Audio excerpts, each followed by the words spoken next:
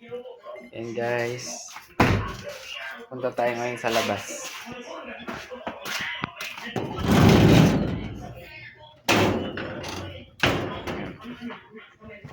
Tanghaling tapat, ang init.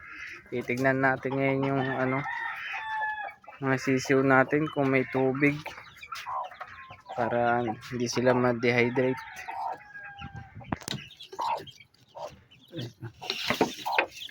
Ayun, tumba-tumba na. Wala na silang tubig. Lagyan natin. Ito yung isa. Ayun o, tubigan nila. Umiinom na sila. Diba? Kailangan nila yung tubig na yun, lalo na ngayon ang init. Dito naman yung isa. Yung mga maliliit. Nagtakbuhan eh. Umiinom rin sila dyan, yung mga sisiw. Natakot lang sila, pero umiinom yan sila. Hindi natin lagay. Sila magtakot.